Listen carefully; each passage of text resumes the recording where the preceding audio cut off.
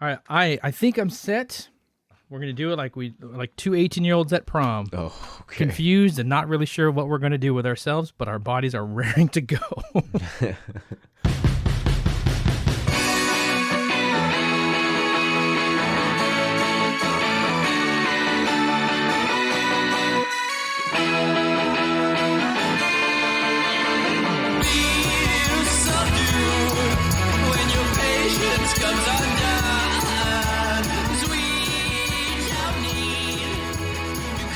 Ladies and gentlemen, welcome back, ladies and gentlemen. You've been gone too long, David. Man, we've been gone for a while now, a couple of weeks, at least 2 weeks, but it feels like it's been forever. Excuse me, everyone. This is a very, let's get it right off the bat. David, before anything else, this is a very loose episode, all right? I just walked through the door, I sat down, your beautiful face was already on my computer, and I've picked up myself a sweet pile of Whataburger. And hot take, everyone, if you don't know what Whataburger is, educate yourself. And if you do know what Whataburger is, it is the best hamburger, hands down. This is a Whataburger podcast, all right? This is a Whataburger home, David. Don't shake your head. It's a Whataburger house, all right, dude? None of this other, there's no war. It's all Whataburger. I have to shake my head because if you live where we live, for one, you have Mr. Juicy, which I think is a better burger. Even Papa's Burgers, which I don't think is a better burger per se, but the fact that it has such a superior bun makes it a better burger in the aggregate. And I could list a bunch of other, but Southerly has a great burger. Emma Plus Ali in Fredericksburg has a much better burger. So don't. We are already at odds on this podcast, dude. This is the civil war of our lives. I thought we were on the same page when we talked about doing this podcast, but clearly I am dead wrong. If you think Whataburger. If you think all these places are better than Whataburger. You know what? Transparency, I do want to try Mr. Juicy. Can you take me to Mr. Juicy? Yes, but I was just about to say, how many of those burgers have you had? But yes, I'll absolutely take you to Mr. Juicy. I have not had. And I saw a friend go there recently, and it did look delicious. So I'd like to put it to the test. So will you take me to Mr. Juicy so we can talk about it on the podcast? I will take you to Mr. Juicy, Bryan. But what a great name, too, man. Mr. Juicy's. Get yourself a juicy burger. You know, it's run by like a proper chef too, and he was just like he just wanted to do something kind of fast food-ish, and this is like his brainchild. Have you ever been to Danny Boy's? No. Danny Boy's is run by a cop who does it on his off-duty time. Okay. It's delicious. All right. Not only do I feel served and protected, but so are my burgers. It's really Your burgers aren't racially profiled? Okay. I can't speak to the racial profiling in my hamburgers, but it is delicious is what I do know. All right. You know, they might be racial-free hamburgers, which I appreciate, you know. You're a cop on the streets and a burger chef in the sheets, baby, and I'm here for it. Wow. You're welcome, David. I am truly on fire today. Ladies and gentlemen, my name, you remember the intro. David, oh, yeah. The intro.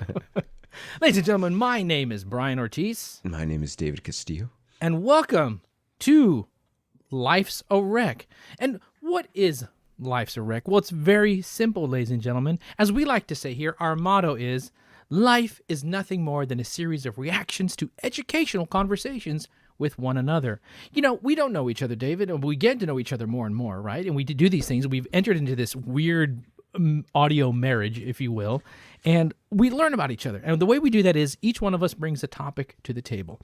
And each week, each one of us will grill the other person and get to know something about them. And we talk about that at the end. We get to know what we learned. And how do we do that? By using pop culture as the social lubrication that it is for us. Now, this episode's a little strange and a little different, David. I'm going to be transparent with you and with the audience. I'm fucking lazy, and I have rattled my brain for 2 weeks to come up with a topic. You have been sick, shitting your pants, and I have been sitting in my bed crying, not figuring out a topic. So, because I am always prepared, I will take my laziness and turn it into a business idea for us. And today, David, this episode is what I call, or is what I like to say is, here we go. There's a crowd cheering. Lights are flashing, David. It's a familiar thing to you. It's a boxing arena. I'm tall. I'm white, blue-eyed blonde. You are a short Italian man. I look down at you and I say, I must break you. Ladies and gentlemen, welcome to the new segment I like to call I Must Break You, where we both take a break together and not worry about topics of conversation. Instead, we're just going to talk about what's going on. We're going to catch up, and maybe I'll pulverize you in the end. Hopefully in a sexual way, David. Hopefully in a sexual way. Did you like that, David? I worked on a sports/movie reference for you. You did. I'm just trying to think of, like, for some reason you mentioned Stallone, and for whatever reason my first thought is Rambo 3. Why Rambo 3? Why Rambo 3? Because it just has a lot of exploding helicopters. That's your criteria. Okay. That's how you remember Rambo 3? By the way, this is the version of me that you're going to get throughout the episode.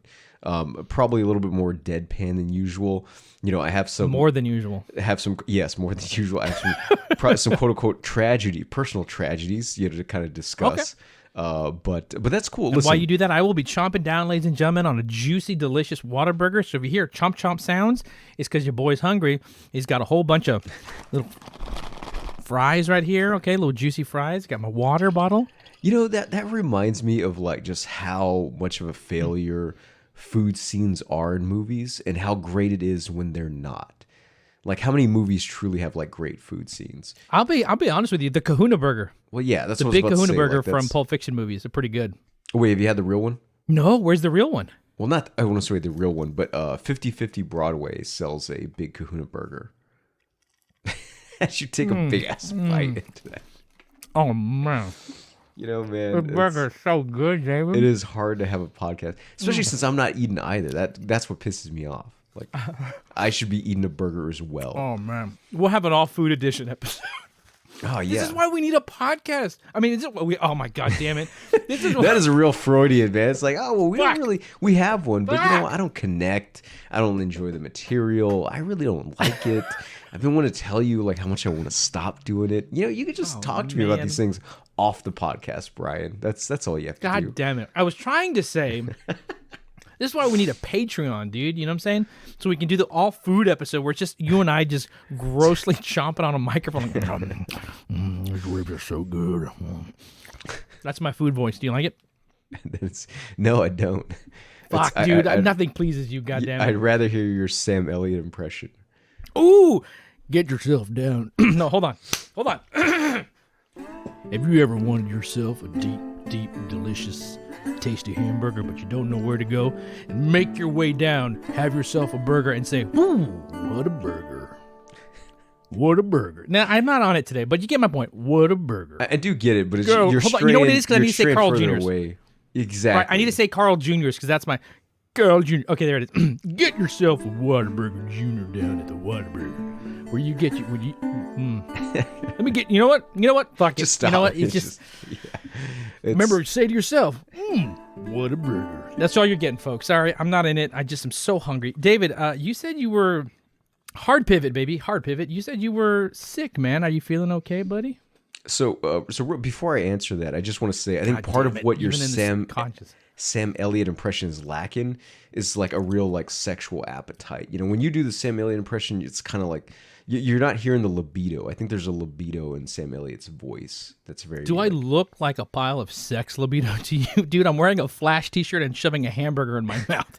What part of that screams, fuck me? You know, of all the things you listed, it was the Kroll poster in the back that I think really enhances. It's not a poster, it's a game!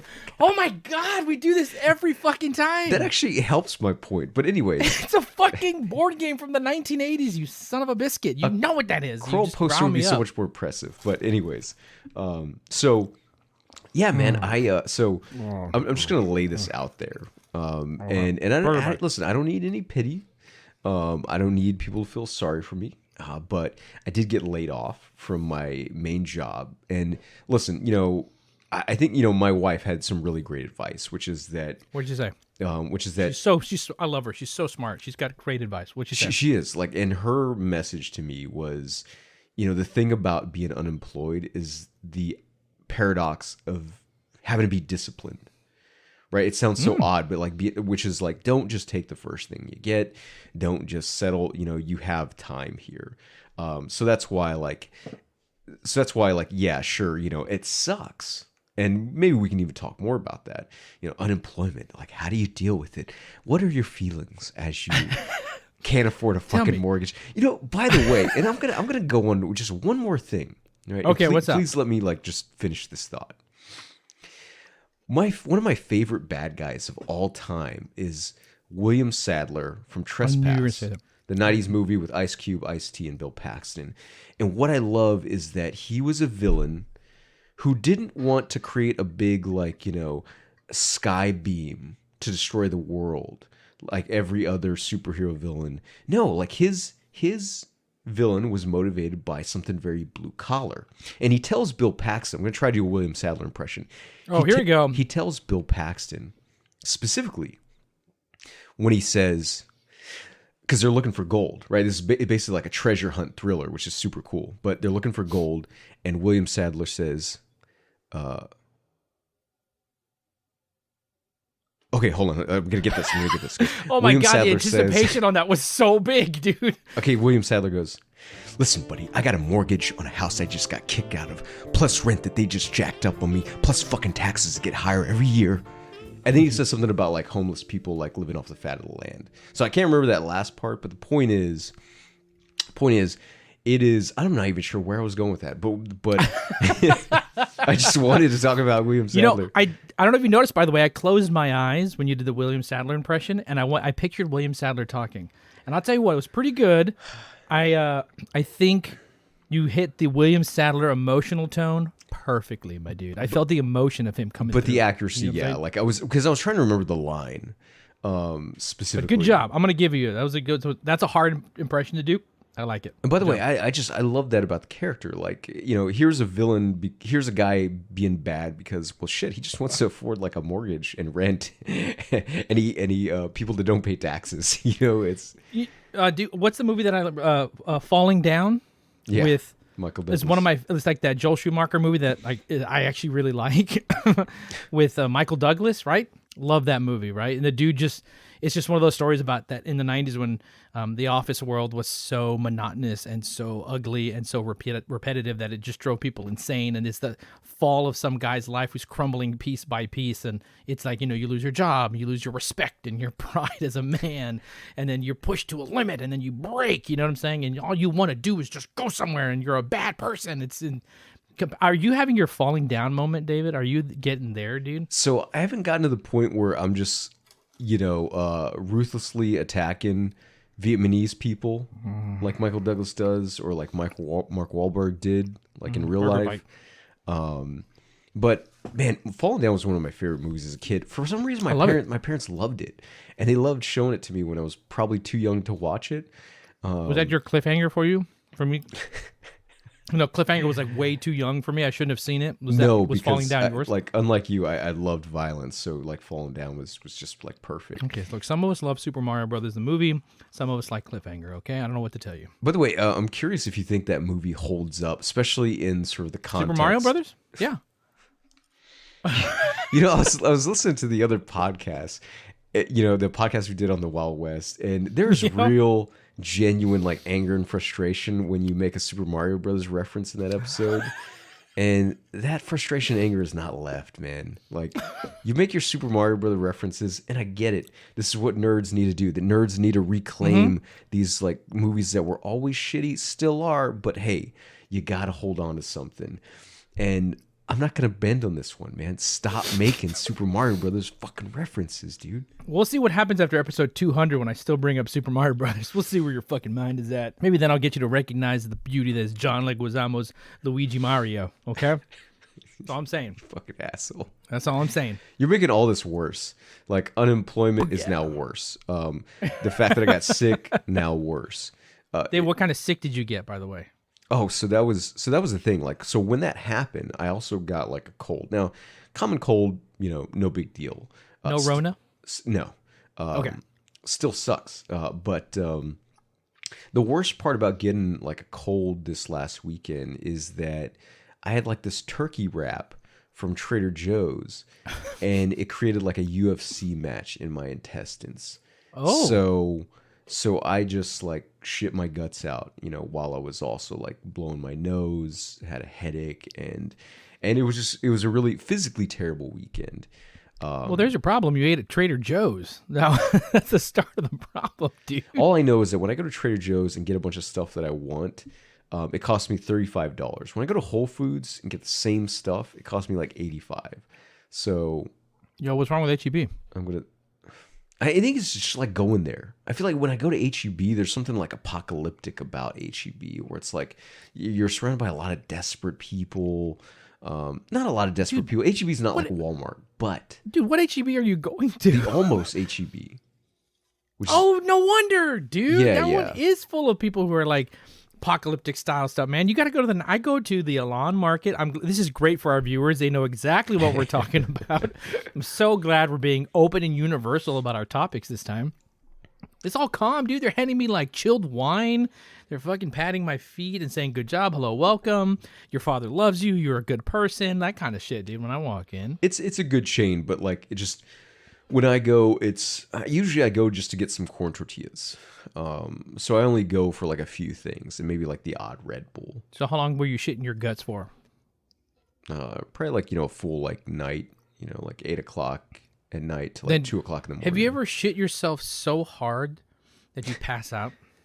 Holy shit! No, I have. Okay, you got to tell me this story. Yeah, there was like a horrible night, right? Warning for everyone who gets grossed out, where I was super sick and everything could have been gone that was going wrong. Man, I had head cold. I had, like you, I had stuff coming out of my nose. And this one time, I shit you not, badooms, thank you. I did one of those and maybe I'm wrong. Maybe someone's going to call me out on this. But I remember when I was younger, I had the infamous like evacuation out of every hole at once. Ooh. You know what I'm talking about? Like I had diarrhea, I had snot coming out of my nose, and I threw up all at once, and I was crying.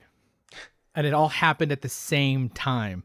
Were you... I was like on the toilet, and then I had like there was a wall in front of me, and I was like, I feel so bad, right? And I was like, and then I sneezed, and I sneezed so hard that I sneezed boogers.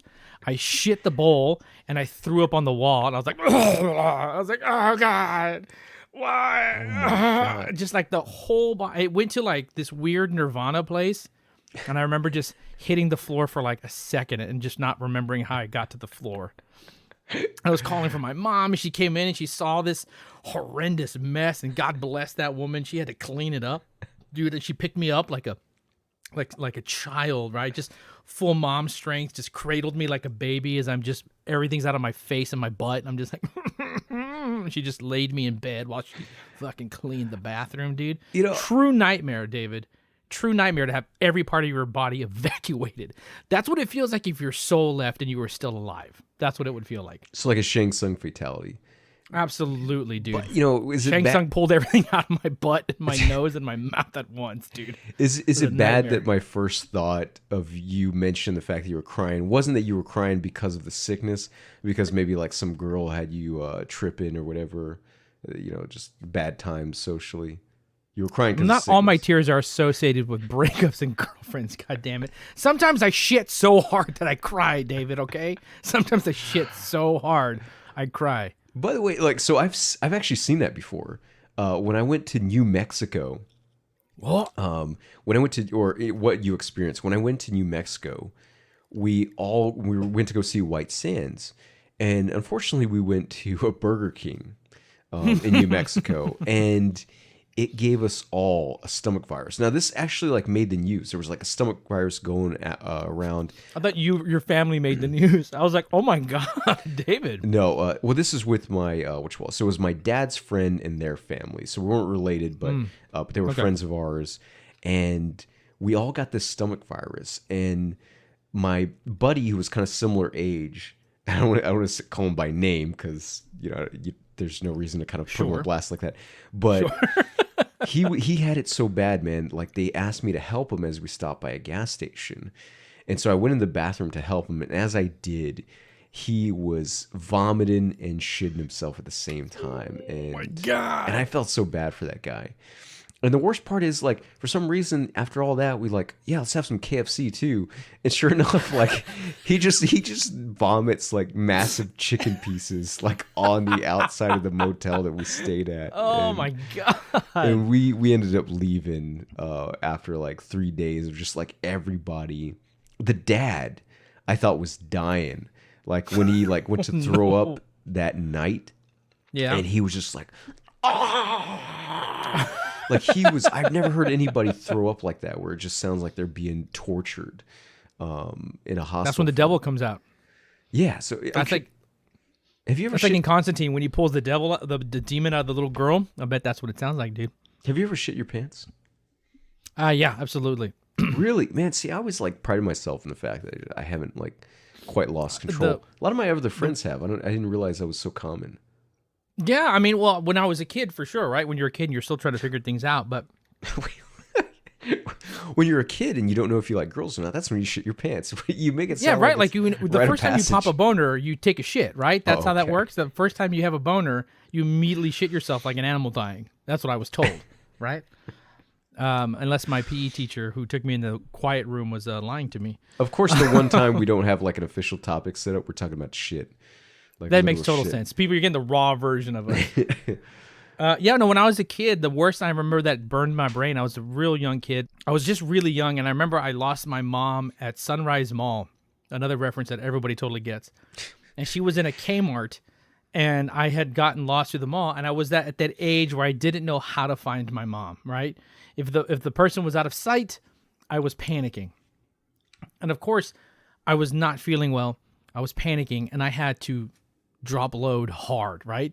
But when you're a kid, I was crying in this thing, and it was like, your whole body, your arms just stick out. You don't know what to do with it, and you're just, Mom, Mom, right? And you don't know what to do. And all of a sudden, I had to shit. And instead of going to a bathroom or finding a reasonable place to poop, I didn't know what to do. I just stood there, and I shook, and I just dumped in my tidy whities, just hard dump.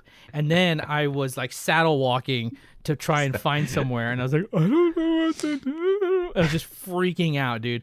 My mom found me, and I had to tell her, and it's so embarrassing. Mom, I shit myself, right? It's a fucking nightmare. I can feel warm, just blah blah blah in my pants. Trouser chili, yeah. Trouser chili. Oh my God, that made it worse. I was trying not to say poop, but trouser chili really made that imagery worse. You goddamn writer.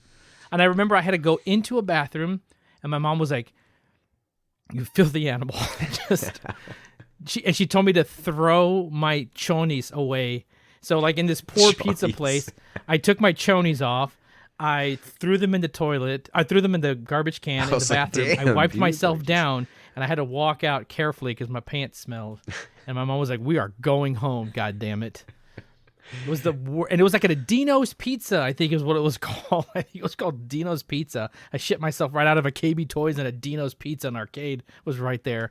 And so it was a truly like just traumatizing moment as a child. I never forgot. And I never wanted to shit myself again. And I've worked very hard to not do that. I'm more interested in like when you shit your pants as an adult though. Like I don't think there's anything to be ashamed of, except the fact that you're talking about shitting your pants while eating a burger. But so good burger, man. Oh my God. That was so good burger. But to me, the like adult pants shitting is more interesting. And I'm curious. You've never shit your pants, dude? Never. No. And listen, I don't say that as like a badge of honor. Like now, have I had like, red alerts? Yeah, absolutely. Like times when I was never had just a little bit, just squeeze out? Nothing. Remember, I had something worse. I had the abscess. What did you have? I had the abscess pop on me. Right? Like the abscess just like fucking dumped pus and blood right into my fucking... You had the abscess, so Yeah, you had your limit. So, I mean, I'm not trying to play it cool, dude. Like but Can I commend you though? It sounds like you have excellent bowel control though. Perhaps. Dude, you must have a tight sphincter, bro. You work out?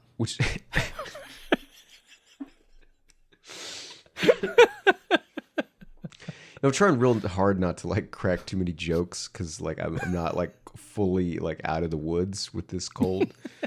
So this you're it's a little difficult, but you're attempting the face, dude. Because right after this, you're gonna shit yourself and then be like, "Fuck you, Bryan, you son of a bitch." David, how have you been feeling about? If I can ask, as a follow up, like, I still want to hear more. I still want to. Man, now I have a goal. I want to see if we can ever get you to shit your life just one time, one go to know what it feels like. But being unemployed, man, are you doing okay? Is it taking a toll on you? I know that you are sick and shitting your guts out, and on top of that, you have to deal with this bull crap. I mean, I haven't had that happen to me yet. I'm sure it will someday. But and I know you've had multiple jobs in your life, but Does this hit a little different, man? Can you talk about it a little bit more? What's going on? It's weird because when you're unemployed, it's still work, and it's like work that's just not satisfying, because you're working to like find a new spot, you're working to like find the right spot, and Right. you're also like on an egg timer, right? So I mean, you only have so long. Now I think the thing that plus like living in America, right? So America's not about like a system of welfare. We still privatize our healthcare. So usually if you lose your job, you're just fucked. You just gotta settle for the Right. next thing. But I would say it's not not working is not that bad. Now, I don't want to make it sound like living the life, but as someone that's still so I'm trying to actually work on a second novel. Because I really want to kind of continue doing. Already? I really want to be like a quote unquote a voice in sci-fi, the Latino voice of American science And fiction. every time you say in sci-fi, it pisses me off because you don't even like science fiction. You barely like science fiction, and yet you're going to be the next perfect sci-fi author out there, dude. Listen, I'm not about to talk myself up because for one, I've already gotten rejections for query letters that I've written. No, did you really? Yeah, but listen, like it's from query process. For those who don't know, querying is basically the equivalent of cover letter, right? So you write a letter explaining your story in like 400 words to a literary agent who can then sell to a publisher, and of course they'll reject you or not. The place that I queried at. So you always want to find the right agent, or you want to find an agent that's looking specifically for what your work is. In this case, Sure. an agent, they'll tell you. And Yeah, you don't want to go to a cookbook place, publisher, and you're like, I've got a sci-fi novel that'll blow your mind. exactly. And I queried at Bookends. And Bookends is a really cool agency. They have a great YouTube channel. Like if you're a writer and you want to be published, like look up their content because they have all kinds of tips for like how to query, what to expect if you do publish or get an offer, yada yada. Point is, Shout out. yeah. Point is, man, it's like for me, the rejection letter was actually quite nice. She mentioned the literary agent mentioned she was captivated by the premise. I knew she wouldn't be the ideal fit because she even mentioned in her description, I'm looking for sci-fi that's hard on the phi, light on the psi.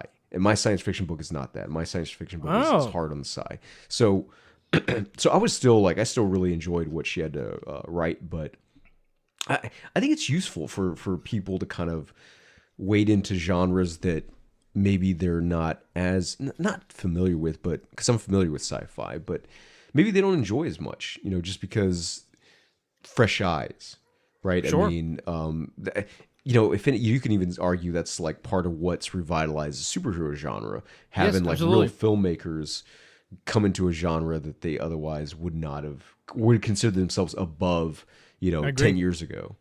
Some of the best people that come out of the business are those who have a track record that would head them in that direction. They're not blockbuster directors. I mean, we live in a world now where James Gunn is one of the most popular comic book character directors, right? But his history doesn't start there. In fact, his history starts all the way back in like the Trauma days. You know what I mean?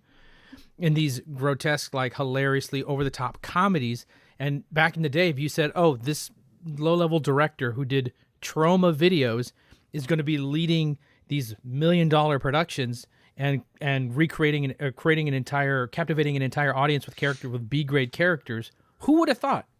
Who would have thought? Like, you take the most untraditional person and you put him in that genre. Kenneth Branagh directing Thor. You know what I mean? It's all very interesting perspectives, and I do enjoy that. I want to be honest with you. I like taking the unconventional and seeing what they can do with a property that is kind of people already know so well. And like I said, not trying to talk myself up, just that I do think my background, listen, man, since like 2003, like, and I think this is also part of why I probably won't be successful, which is that I don't read fiction, I read nonfiction. But the point is, being invested in the science part and knowing what's lacking when it comes to that aspect of science fiction is hopefully something that like gives me that edge. Along with, being able to like brag about like, hey, my last name is Castillo. Don't you need Latino authors? Don't you need Latino representation in your? Yeah, dude, use that last name, baby. Yeah, I mean it's not son of Ortiz, which makes it less cool, but that's a weird way to introduce it. Like slam on the table, kick the door open, and be like, "My name is son of Ortiz, and I want to make my movie. You have no Mexicans in here, damn it, except the ones cleaning, and I want to be the one in front of the camera cleaning up." That's David. Is your book a follow up? By the way, is it a sequel? Your second one? I already have a follow up kind of planned. So the book I'm writing now, I do intend to have a sequel, maybe trilogy, which seems cliched, but whatever. I just want to explore that universe some more. But now I have an idea for another one, and then I actually started working on a historical fiction, a western. Ooh. So I just like right away, like with the time I had off, was just like, you know what, man, let me just start brainstorming. And listen, I'm not a gardener. I'm an architect. So when it comes to writing, right, those are the two styles they say, right? When it comes to writing styles. Oh, I thought that was a Mexican joke. I thought it was. I was like, damn, Dave. Okay. I can see how you'd get there, but I'm the busboy, writing. Yeah, man. So for me, it's like outlining shit, doing research. Like I love that. That way, when it comes time to writing, I'm more confident about like I don't have to worry about sequencing. I just have to worry about like the dialogue, the description, and so forth. But I realize some people are different. No, I appreciate that you're keeping busy. And perfect segue, dude. As a follow up to that Western episode, after we spoke in the last 2 weeks or so, 2.5 weeks, for some reason, I have gotten immensely obsessed with spaghetti westerns. That's so weird, man, that you're catching up on that. Like, you're such a film buff. Right. And didn't I tell you that my biggest drop is westerns, right? Like, I don't have a lot in my repertoire except from what's from 1995. And that's about it, right? I know some of the, Once Upon a Time in the West and things like that. But for the first time, and I know this is embarrassing to admit, like I finally watched in its entirety The Man with No Name trilogy. Okay, nice. And I loved it. I went bananas. And so I went so bananas that I went even harder. And then, of course, I like Lee Van Cleef in that movie. And I was like, well, who's this guy? Found his movies, and I bought a bunch of his stuff. You know what I'm saying? I just watched The Big Gun Down with him, which was amazing. I got Sabata coming in with him. I've got a bunch of other movies with his face on that I'm excited to jump into. I started picking up other spaghetti westerns with other people. I saw Django for the first time, the original Django, not the Quentin Tarantino one. I saw the original Django, loved the hell out of that thing, and bought all these Django movies and started doing history. So for some reason, you sparked something in me, man. And now I'm just sitting at home, eating Whataburger, and ignoring the world and just diving into Italian westerns, dude. Still no Old Henry, though, huh? Listen, damn it, get off my balls. I'm going to get to it. But I'm building up. Right? I'm starting with my baseline, and I'm going to do Old Henry. Yeah, no, do you ever watch Unforgiven? Mm-hmm. Yes, that I do have, because that's one of the Oscar films. So I did see, again, that's another 90s one, right? Yeah. Oh, you know what I did see? The Outlaw Josie Wales. I actually never saw that. Very good. Very, very good. And it also has a very young Dennis Hopper and a really, really young Robert Duvall. You know, like, it's funny. Those are like guys that you like. They're kind of like the Bruce Dern syndrome. Like, they've always been old. So I'm curious, like, what Dennis Hopper and Bruce Duvall look like. That's exactly what I was going to say. First of all, Dennis Hopper, he actually does look younger. But Robert Duvall, I was like, man, did you never not have a receding hairline, dude? Like, what happened, right? That dude has been having a receding hairline forever. Still killing it, still young-faced. But damn, man, I love that dude. But his poor hair has just never agreed with him.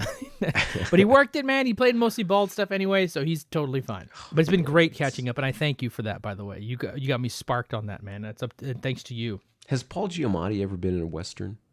Not to my knowledge, but I'm pretty sure. I can't imagine that he hasn't. He feels like the kind of guy who would be at one. You know what I mean? You know, by the way, can we just like, some appreciation for this guy? Because I was watching a really like vanilla movie, a really milquetoast, The Ides of March. I don't know if you ever saw that. Oh, that was a Paul Rudd movie. Oh my God.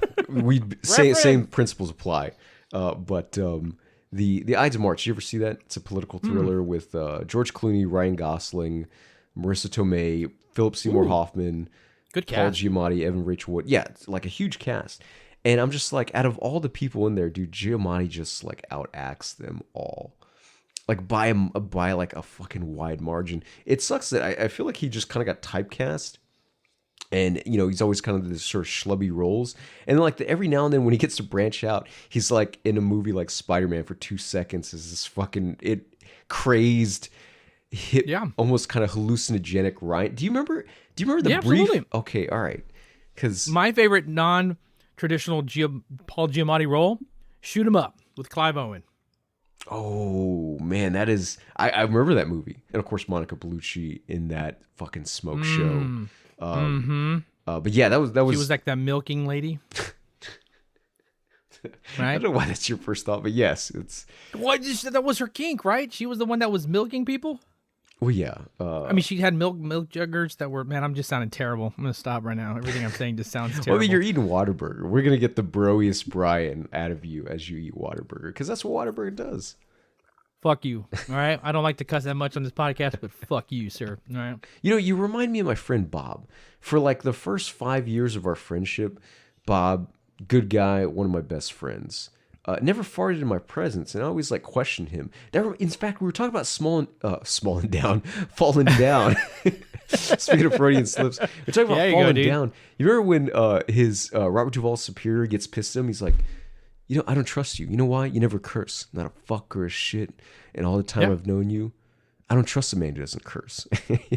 So, dude, I don't curse one because I don't want to make this I will curse like a sailor, and I don't want to make this podcast like, you know, friggin' X, right? And what's funny, dude, is the fact that you say that. I just had this conversation with someone very special to me, and you know, there's this, you know, I'm seeing this wonderful, beautiful woman, and who I met, and she is fantastic. Can I say phenomenal? That? Shout out. Okay. She knows who she is. Phenomenal. And we were having this conversation about, like, you know, we got to the part of that portion of our time together, and we're talking about bodily stuff, right? And definitely mentioned the idea about like, what do you know, she was polite, like, how do you feel about, you know, farting in front of your significant other? And I looked her dead in the eye with nothing but happiness and joy for her and respect for her. You know what I'm saying? She's much my superior in every way. And I was like, I will never fart out of my ass in front of you as long as I live, because I don't want that in my life. Man, I am a non-farting partner. If I fart, I will literally go in the closet, huddle in the corner like a fetal baby, and quietly toot as best as I can. You know, my respect for you just went way down. Like, do I look like I give a shit about your respect for me when it comes to farting in front of someone? They have to listen. Dude. Like, I'm not talking about like, oh, you know, be fucking disrespectful and just like fart like whenever you fucking feel like it. But what I am saying is that they have to be able to love you at your worst. And what's ironic is that, so I've never done that in front of Nicole and vice versa. You never farted in front of her? But we did have that fart discussion. Oh, okay. And what you call it? Usually it's just like, well, you know, so like we will burp in front of each other, and man, like her burps like outrank mine so by such a wide margin. I feel like less of a man. She burps so hard, I lose my manhood every time. Yes, 100%. That's awesome. That's awesome. But I think we agree that like, well, you know, farting shouldn't be the same in principle, you know, because like, you know, a fucking burp is like same shit just coming out of your mouth. But of course, the difference is that, like, you know, man, farts can be rank. You know, especially if you eat like cabbage, you know, it's really just like courtesy, like a sort of professional and health courtesy more than anything. Absolutely, it's a courtesy. If anything else, it's a courtesy. But if it happens, man, you don't have to feel like, oh, you fucking just violated. No, this okay. We talked about that. We came up with a plan. If my partner ever farted in front of me, that's fine, right? If I ever fart in front of my partner, I told them I'm going to go to my room and close the door. I need to be left alone for at least 10 minutes. To scream at a pillow, feel embarrassed, and then come out like, and I want to talk about like nothing happened. That's the plan for Bryan Ortiz if he farts in front of his partners. So there you go. It's little tidbit about me, relationship wise, there's like a fart index, which I agree, man. Like I'll do the same thing. I feel like it doesn't need to be this way, but like, yeah. You know, I need to like rip one. I'll like go outside, pretend like I'm on the phone. Not that I'm duplicitous about it, but you know, like, I will move a chair so it farts. Oh man, this chair, baby, did you hear it? This fucking chair's farting again, and it also smells like cheese. I don't know why. So I'm gonna go to my room though. I'm really happy that on our quote unquote episode off, like shitting and farting have been the dominant themes. Like, dude, I was just gonna say that fucking line. That's the title for the episode. Lowest common denominator. what happens when we're left to our own devices. Like two dudes, we just got to talk about shitting and farting and young Robert Duvall, like normal guys like to do on their off time. We had a real thing to talk about. You're jobless right now. You got super sick. You shit yourself. But again, what's more important? Robert Duvall never really having hair, and us talking about our personal bodily issues all the time. This actually would have been the perfect episode for the Ow My Balls episode, where we're just talking about like nut shots. Because the movie I can't wait to talk about that. The movie I was rewatching the other day had like the most heinous nut shot I can remember in recent memory, which is True Romance. Yeah. Gary Oldman racks the shit out of Christian Slater, and of course Tony Scott, who has a love of close-ups, has to show a close-up of this like the fucking shin going straight like up the gooch, and worse. This is worse than They Live.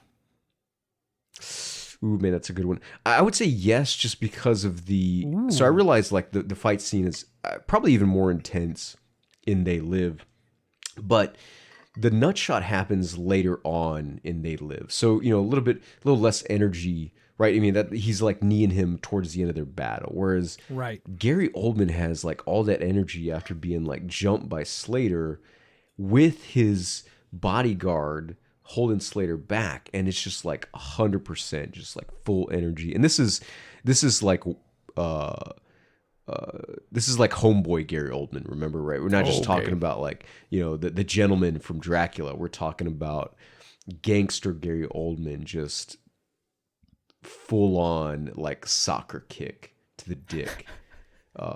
I thought that was pretty brutal.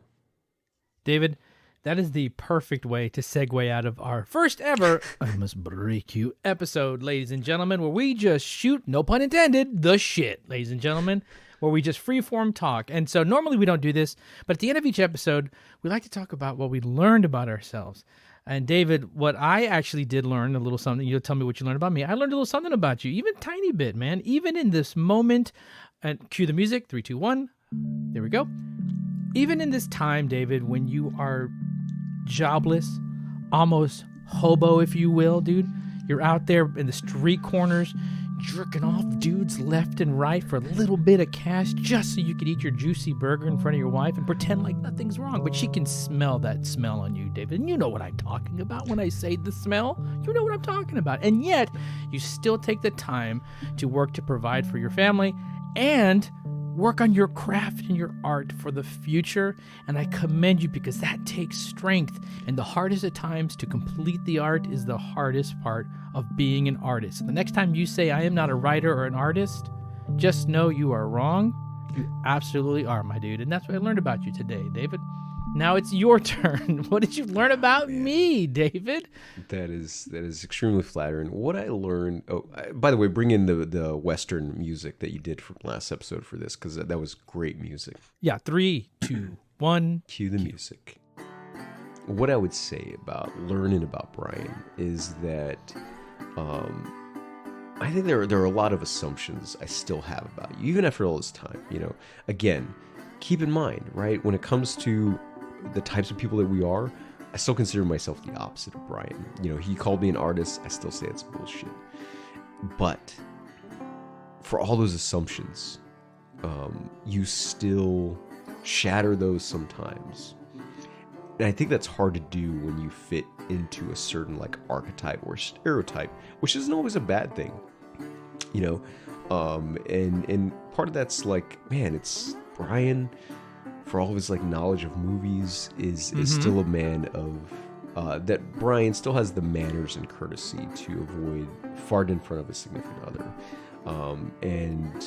And the only time he lost control was as a kid. So no matter how many times I try to punish you about like, man, fucking grow up, get out of this comic book shit, you have grown up, Bryan. You have. You don't shit yourself anymore, and you respect other people's ecosphere with no like green clouds of like fart mist. Yes. And manners are important. And I'm not gonna listen. Yeah, manners maketh man, if you want to fucking make it a Kingsman reference. Hell yeah, you do, baby. Yeah, Kingsman. But I think that I never thought you were civilized, Bryan, and you are, and I respect you for it. I love you, David. Thank you so much. You're the only person that can also insult me and compliment me at the same time every time. And you have you're already ready for dad mode.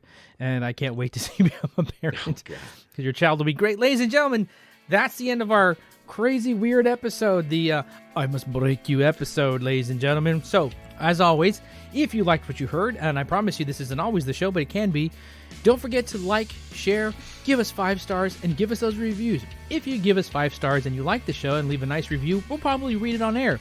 If you hate the show and you give us 5 stars and give us a review, we'll probably still read it anyway. As long as you get those 5 stars, because that's all we want about.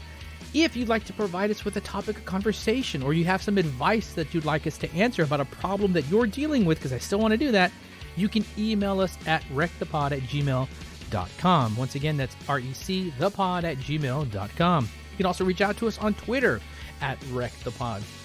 You can also find us on the Instagram and the TikTok, which will be start populating hopefully pretty soon, ladies and gentlemen. So keep an eye out on those for more things to come. So thank you once again for joining us. We hope you had a good time. Any last thoughts before we leave, David? I need to take a shit. Fair enough. Ladies and gentlemen, my name is Bryan Ortiz. My name is David Castillo. And ladies and gentlemen, we'll see you on the other side. Now go and relax your body, release the insides, and whatever you do, don't throw your chonies in a Dino's pizza because it doesn't help anybody. All right, ladies and gentlemen, we'll see you later. Bye, everybody.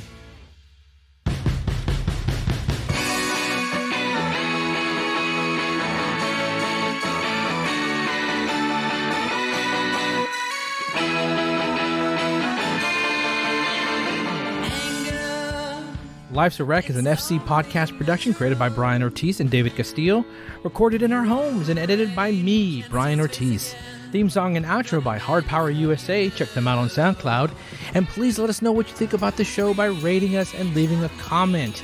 You can also email us topics of discussion for future episodes at recthepod@gmail.com. That's recthepod@gmail.com. Hey, thanks for listening to our little slice of the podcast world.